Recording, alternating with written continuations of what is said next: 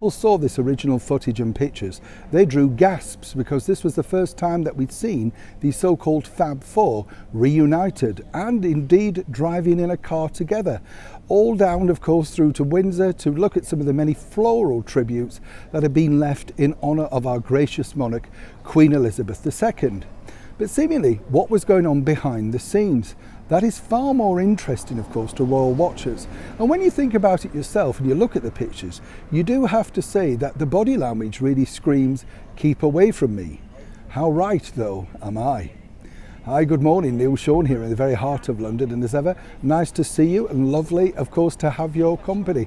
Hope you're all keeping well. Thank you so much for your kind comments. Also about the recent footage that we covered, of course, on the state funeral and the very sad period of mourning that we had for our late monarch, Queen Elizabeth II. It's hard to think that she's gone, you know. When you look around London, there's so many images that you didn't notice before, where she is, you know, nicely staring down at you, giving that sort of warmth, that comforting sort of beautiful smile that you think, oh yeah, you know, things are okay. And then of course you realise that era is gone. Very sad, isn't it? The Elizabethan era part 2 sadly ended. We're now under a brand new era, King Charles III.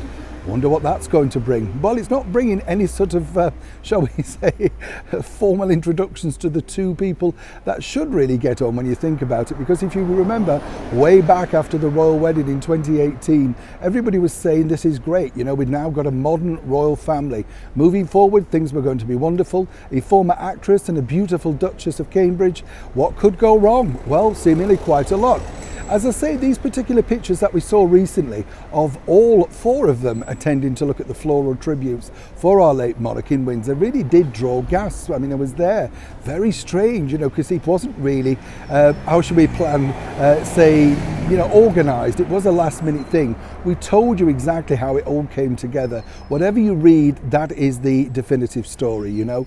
There were no sort of text back and forth as such. It was kind of like, I hate that term olive branch, but it was a way of saying, look, you know, let's kind of do this. And I think it was a nice thing, particularly in memory of our late Queen. But according to a very good source, and as ever we have to say allegedly, Catherine, our brand new Princess of Wales, was petrified. Not petrified in the physical sense, of course, but terrified in fact to say anything to her former close Duchess pal, Meghan. And this is because she simply has no trust. You know, now as I told you before, her mother, the very fragrant Carol, has indeed, according to a very good source, read that book by Tom Bower, all about revenge. So you can imagine what's been passed over to Catherine. But on a more serious note, yes, she was indeed terrified and wanted Meghan to keep away from her, simply because she felt that whatever was said, discussed, even an informal chat, could have been leaked out. Now, I'm not suggesting, and neither was Catherine, I might point out, that even small talk, but you seemingly never know. As we told you recently, Gayle King seemingly had a hotline to whatever was going on and was able to speak at length to a media US team about, you know, there was the fact that things weren't going particularly well and all that sort of stuff. So you can understand Catherine's reticence to get involved. And of course, more importantly, if you also recall, Meghan was very rude, in fact, about a situation that had gone on during the time of the royal wedding regarding Princess Charlotte. So moving forward, obviously there was no contact, no conversation, and of course the body language screamed, "Keep away from me."